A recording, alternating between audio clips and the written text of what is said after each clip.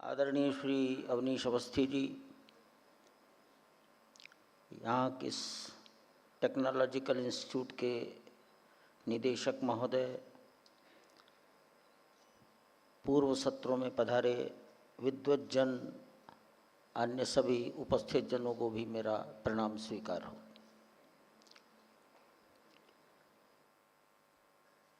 वैसे तो जो 4 वक्तव्य सुने और जो कुछ यहाँ हो गया है, इसलिए मैं जब बोलूँगा तो पुनरावृत्ति ज़रूर हो जाएगी। सब कुछ आ चुका है।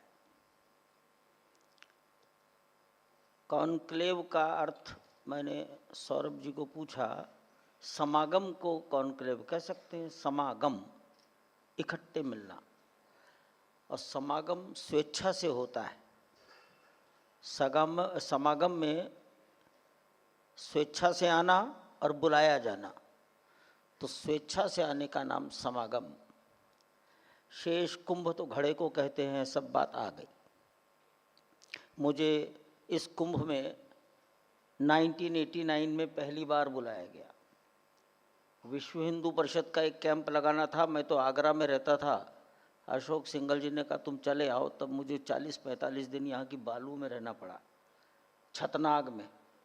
1-1 फीट पैर जमीन में चले जाते थे बालू में। और उसके बाद शायद हरिद्वार और प्रयागराज का कोई भी माघ मेला, कोई भी कुंभ मेला आज तक छूटा ही नहीं। 2-4 दिन नहीं आना, 6-6 महीने तक प्रयागराज में मुझे 2007 में रहना पड़ा। तो इसलिए काफ़ी कुछ सीखने को मिला। अब जब समागम होता है तो कुछ बातचीत होती है। तो मैं सोच रहा था कि हम पढ़ते थे, सुनते थे महाराज श्री एकदा नैमिषारण्य, कि कभी नैमिषारण्य में 84,000 ऋषि मुनि इकट्ठे हुए। आज आप इकट्ठे हो रहे, तो इसमें फर्क क्या है? तो एकदा नैमिषारण्य, कभी 84,000 ऋषि मुनि, यानी उस काल के विद्वान, आज के विद्वान तो उस काल के विद्वान, वो 84,000 ऋषि मुनि इकट्ठे हुए। तो क्या चर्चा की। और तुलसीदास जी कहते हैं कि माघ के महीने में जब सूर्य मकर राशि में होता है तो यहाँ प्रतिवर्ष, इसी का तो नाम माघ मेला है। तो तुलसीदास जी ने लिखा है 500 साल पहले।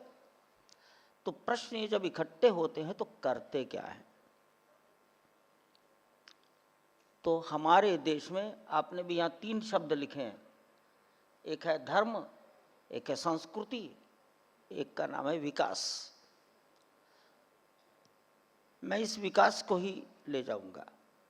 तो विकास के 2 पहलू आदरणीय अवनीश अवस्थी जी ने बता दिया कि 14,000 करोड़ रुपया जब यहाँ खर्च होगा तो उसका आधा हिस्सा तो बालू में चला जाएगा। मेला खत्म और 7,000 करोड़ रुपया, आधा तो मुझे वैसे ही कह रहा हूँ, गणित तो अलग है, वो तो बालू में गया। शेष से धीरे धीरे भौतिक विकास हो रहा है। अयोध्या में मैं देखता हूँ, पहले क्या था, आज देखकर ही मन कुछ और हो जाता है। लेकिन उस समय के ऋषि मुनि क्या सोचते होंगे देश के बारे में?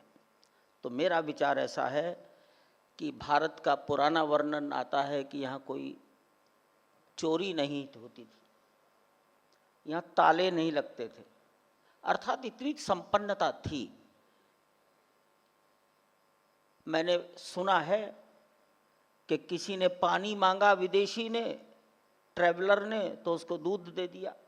पानी मिला ही नहीं, पानी मांगते थे दूध का गिलास मिलता था। आजकल भी सारा पूर्वी उत्तर प्रदेश, बिहार, गरीब से गरीब आदमी के घर पर जाइए, पानी दीजिए तो पानी के साथ कुछ खाने के लिए मीठा भी दे देता है।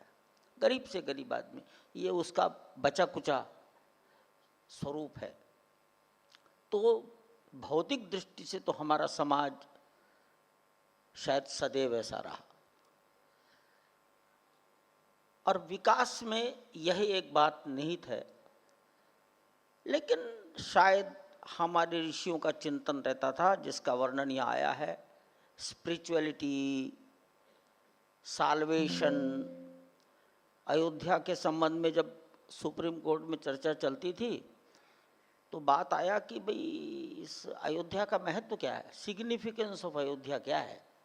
शहर है तो नहीं, वो 1000-1500 साल पहले या जब कभी आप शोध कर लें, हम तो शोध वोध में ज़्यादा रहते नहीं। तो एक स्कंद पुराण लिखा गया है, उसमें अयोध्या महात्म एक चैप्टर है। उस अयोध्या महात्म में राम जन्मभूमि एक है। तो लिखते हैं कि जो लोग अयोध्या की राम जन्मभूमि का दर्शन करते हैं, नो रीबर्थ, साल्वेशन, यहाँ पर भी साल्वेशन बोला गया है। तो हमारे ऋषि मुनि एकत्र होकर मनुष्य के सुख की कल्पना, सुखी तो सब थे ही, और हमारे यहाँ बहुत अधिक तृष्णा भी नहीं जगाई गई किसी की। तो किसी को थोड़े में भी सुखी रहना देखना हो तो देख लीजिए भारत में अल्पसंतोषी। अयोध्या में मैं जब देखता था समाज को तो मैं कहता था ये अल्पसंतोषी समाज है। वहाँ के मेले की भीड़ जब मैं देखता था, अभी भी आप कभी देखिए, कोई भगदड़ नहीं होती, अल्पसंतोषी, थोड़ा मिल गया उसी में संतुष्ट हैं। तो ये जो संतुष्टि है, ये अंदर का जो आनंद है, इस आनंद की वृद्धि, यही साल्वेशन, इसी के लिए शायद ये ऋषि मुनि इकट्ठे होते होंगे। विकास का एक भाग ये भी है। जब मैं धर्म की व्याख्या पढ़ता हूँ, यहाँ विद्वान बैठे हैं, कभी और पूछ लीजिए, धर्म के 2 भाग बताए गए हैं। धर्म अर्थात मनुष्य का कर्तव्य और कार्य। तो वो कर्तव्य, वो काम जिससे हमारा इस धरती का जीवन भी अच्छा चले, ऐहिक। परंतु इस जीवन की जब समाप्ति होकर हम अग्नि में समर्पित हो जाते हैं और दूसरे लोक में जब जाते हैं, पारलौकिक, यतो अभ्युद निश्रेयस, निश्रेयस ही तो कहा गया महाराज जी। तो धर्म वो है जो इस धरती के लिए भी हमको सब प्रकार की सुख सुविधाएं और संतुष्टि प्रदान करता है, परंतु इसके बाद के जीवन में भी, निश्रेयस में भी, जो हमको सब प्रकार की आनंद अनुभूति प्रदान कराता है, उसका नाम है धर्म। और वो पूर्णता होती है इस प्रकार के समागम से। जहाँ मैं राष्ट्रीय स्वयंसेवक संघ से जुड़ा हूँ, तो हम अपने विद्यार्थियों को कहते हैं, देखो शाखा पर 3 काम बिल्कुल नहीं करना। क्या करना? क्रिकेट की कोई बातचीत यहाँ नहीं करना। क्रिकेट में कौन हारा कौन जीता ये काम शाखा का नहीं है, कहीं और करो। दूसरी बात, राजनीति नहीं करना। ये पिट गया, ये हार गया, ये जीत गया, इसके इतने वोट, ये भी यहाँ नहीं करना।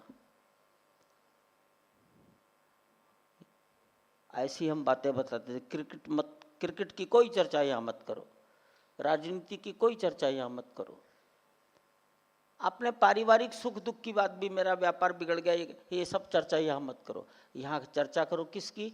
मैं अपने इस भारत के लिए, इस देश के लिए, इस धर्म के लिए क्या करूँ, इसके लिए मैं क्या कर सकता हूँ। मैं समझता हूँ ये जो कॉन्क्लेव हैं, यहाँ जो ऋषि मुनि इकट्ठे होते थे, यहाँ केवल मनुष्य को सब प्रकार की परिस्थितियों में, सुख में भी और दुख में भी, समाधान पूर्वक, बोल दिया ना, पीसफुल। वेंकैया नायडू जी ने पीसफुल शब्द बोला है। अब दुनिया में कहीं इतना बड़ा समागम और पीसफुल, कहीं भारत की बाहर की धरती पर कहीं अध्ययन किया हो तो देखो भाई, जहां करोड़ों लोग आते हैं, चुपचाप स्नान करते हैं, चले जाते हैं। तो ये तो भारत में ही संभव है। भारत के ऋषि मुनियों ने, हमारे पूर्वजों ने ऐसी परंपराओं का अपने स्वयं के जीवन के व्यवहार से स्थापित किया है। अपने स्वयं के जीवन के व्यवहार से स्वम स्वम चरित्रम शिक्षेरन पृथिव्याम सर्वमानवाः, दुनिया को सिखाया है अपने आचरण से। मैं कल्पवास के बारे में सोचता हूँ। कल्पवास यानी क्या है? 1 महीने लोग यहाँ रहते हैं। आप में से भी बहुत सारे लोगों के माता पिता यहाँ आते होंगे। अब 1 महीने में यहाँ वर्षा जरूर होती है और उस वर्षा काल में आधे से ज़्यादा तंबू गिर जाते हैं। बिना वर्षा के माघ मेला और कुंभ मेला कभी पूरा नहीं होता, लेकिन कोई भागता नहीं। घर से विचार लेकर आते हैं 1 महीना यहीं रहेंगे। प्रातःकाल इतने बजे स्नान अवश्य करेंगे, इतने घंटे पूजा पाठ जरूर करेंगे, ये खाएंगे ये नहीं खाएंगे। तो ये जो जीवन में कुछ बातें सोच कर आना और सभी परिस्थितियों में उन सोची गई बातों को पूरा करना, और ये भी संकल्प ले लेते हैं कि मैं ये 12 साल तक करूंगा, 24 साल तक करूंगा। अब अगले 12-24 साल में हमारे जीवन का क्या होगा हमें मालूम नहीं, लेकिन तो भी उसका पालन करना, ये जो मनुष्य की संकल्प शक्ति की वृद्धि है, ये इस कल्पवास से पूरी होती है। छोटे छोटे जीवन में संकल्प लेकर सब परिस्थितियों में भी उसको हम पूरा करेंगे। कठिनाइयाँ जरूर आएंगी, जितना बड़ा लक्ष्य रहता है उतनी ही ज़्यादा कठिनाइयाँ आती, बड़े काम की बड़ी बाधाएं, परंतु उस काम को पूरा करेंगे। ये भी अभ्यास इस प्रकार के समागम में होता है। इसकी महत्ता क्या है? तो बोल दिया अभी हमारे धामी जी ने, अपनी जड़। हमको इस प्रकार के समागम अपने पूर्वजों द्वारा स्थापित परंपराओं से जोड़ने का काम करते हैं। परंपराओं से हम टूट गए तो मान लो हम जड़ों से ही कट गए, और जड़ों से कट गए तो जड़ों से जीवन का रस मिलना बंद हो गया। पेड़ जड़ों से सूख गया तो पेड़ काट दो, जला दो, फर्नीचर बना लो। मनुष्य का भी यही हाल है, समाज का भी यही हाल है। जो समाज अपनी परंपराओं से, अपनी जड़ों से कट जाता है, वो समाज समाज रहता ही नहीं।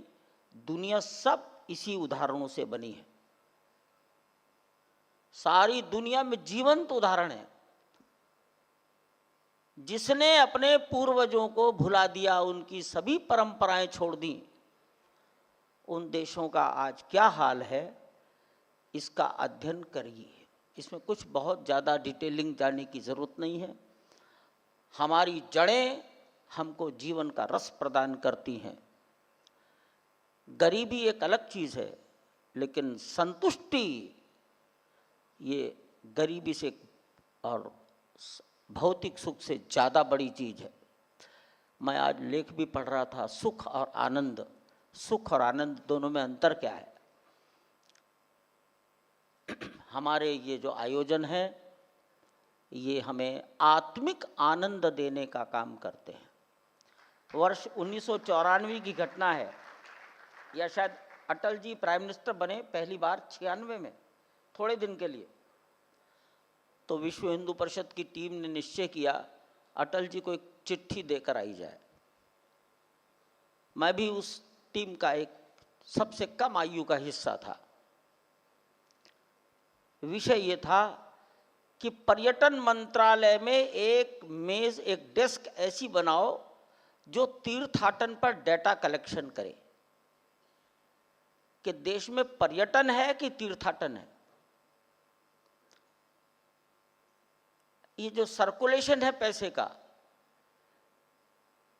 ये नैनीताल मसूरी के कारण है कि हरिद्वार और बद्रीनाथ के कारण है?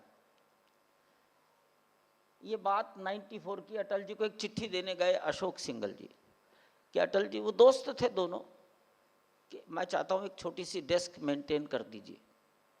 मैं 1981 में हरिद्वार में रहता था, तो हरिद्वार में घुसने वालों से 1 रुपया लिया जाता था। 1 रुपया टैक्स है, एंट्री टैक्स था हमारा जी, टोल टैक्स मान लीजिए, 1 रुपया लेते थे, देते थे। तो मैं उस समय पूछा करता था बद्रीनाथ कितने लाख लोग जाते हैं, तो कहते थे बद्रीनाथ, ये 81 की बातें हैं, 40 साल हो गया, 30 लाख लोग बद्रीनाथ गंगोत्री जाते हैं। आजकल क्या हाल होगा। तो ये उस समय की बातें हैं। फिर मैं सोचता था गोवा कितने जाते होंगे, मसूरी कितने जाते होंगे, हिमाचल में कौन सा स्थान है, बड़े बहुत लोग जाते हैं। एक और भी मैं सोचता हूं, और ये बात मैंने हरिद्वार में लक्ष्मण झूला पर टहलते हुए सोची। लक्ष्मण झूला पर मैं पैदल टहल रहा था, नौजवान नवविवाहिता जोड़े भी घूम रहे थे। मैं सोच रहा था कि इस समय इनके मन में क्या विचार आ रहा होगा, और अगर यही जोड़ा गोवा में जाए तो इनके मन में क्या विचार आएगा। वो विचार इनके जीवन को सुख प्रदान करेगा कि ये विचार इनके जीवन को सुख प्रदान करेगा। तो मनुष्य के आंतरिक गुणों का विकास इस प्रकार के तीर्थाटन से होता है। अन्यथा ये हजारों साल से या कब से कौन जानता है, ये मेले कब से चले आ रहे हैं। मैंने ऐसा पढ़ा है कि किसी ने मदन मोहन मालवीय जी को पूछ लिया था कि कुंभ मेले में जनता इकट्ठी करने में कितना पैसा खर्च करते हो, तो उन्होंने कहा जेब में से पत्रा निकाला कि 4 आने खर्च करते हैं, इस पे लिख देते अमुक दिन अमुक पर्व है, जनता आ जाती है, समागम है ना, तो स्वेच्छा से आते हैं सब यहाँ। तो ये हमारे देश की परंपराओं की रक्षा और मनुष्य के अंदर दैवीय गुणों की पूर्ति, इसका समागम है। ये उत्तर अच्छा बने, इसके प्रति श्रद्धा निर्माण हो, इसके बारे में तमाम प्रकार के ऐसे आयोजनों को दुनिया तो यही चाहती कि ये बदनाम हो जाए, क्योंकि उनके यहाँ ये होता नहीं। ऐसे चीज़ों को आप अपनी योग्यता से काउंटर करें। योग्यता से क्या है अर्थ, तो भगवती का जब जन्म हुआ तो राक्षस जो रूप लेते थे, भगवती भी उसी रूप में आती थी। राक्षस आकाश में युद्ध करते थे तो ये भी उड़ जाती थी।